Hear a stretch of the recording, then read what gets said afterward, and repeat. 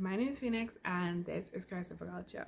It's Monday, and on Mondays I just want to post something to encourage you for the whole week, because I know Mondays, a lot of people don't even like Mondays, but I just want to post something that could encourage you or inspire you and could draw you closer to God throughout your week. So you could just listen or read the scripture that I had to say and go back to it and say, God, I can focus on this instead of all the craziness that might happen throughout the week. I can focus on this scripture and let it just feed and encourage your spirit.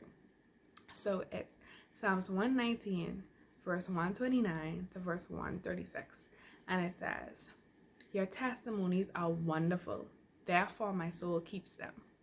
The unfolding of your words give light. It imparts understanding to the simple. I open my mouth and pant because I long for your commandments. Turn to me and be gracious to me, as is your way with those who love your name.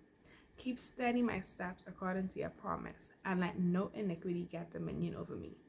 Redeem me from man's oppression, that I may keep your precepts. Make your face shine upon your servant, and teach me your statutes. My eyes shed streams of tears because people do not keep your law. And I absolutely love the first and the last verse, and all the verses in between, but especially the first and the last, because it just says, your testimonies are wonderful, therefore my soul keeps them. And then at the end he says, my eyes shed streams of tears because people do not keep your law. So I feel like when we get to know God and the wonderful nature of him, we feel sad for anybody who doesn't know, anybody who is lost. We don't feel like judging them and gossiping them. We feel sad for them. We feel like, oh my gosh, I wish they know the truth. I wish God just grab them in his arms and love him and love them, because we just know the wonderful works of God. So that's the outlook I want us to have on life this week. And then the third verse, which says, I open my mouth and pant because I long for your commandments.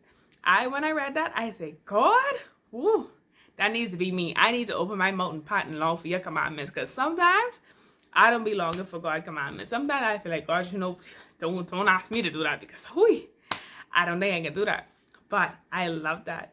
I love that I open my mouth and I pant, like I just waiting, like, okay, give me a command. Let me follow this command. Like, that's how I want us to be.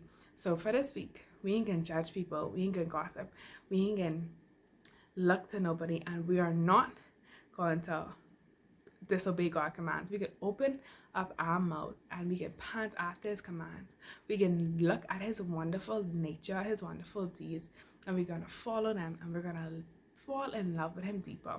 And then we're not going to look at another person who may not be in the Christian life or in the or a believer and cast them aside, but we can our heart can cry out for them, because we want them to know God's wonderful deeds and his wonderful works and who he is. We want them to know him as wonderful, just how we know him as wonderful.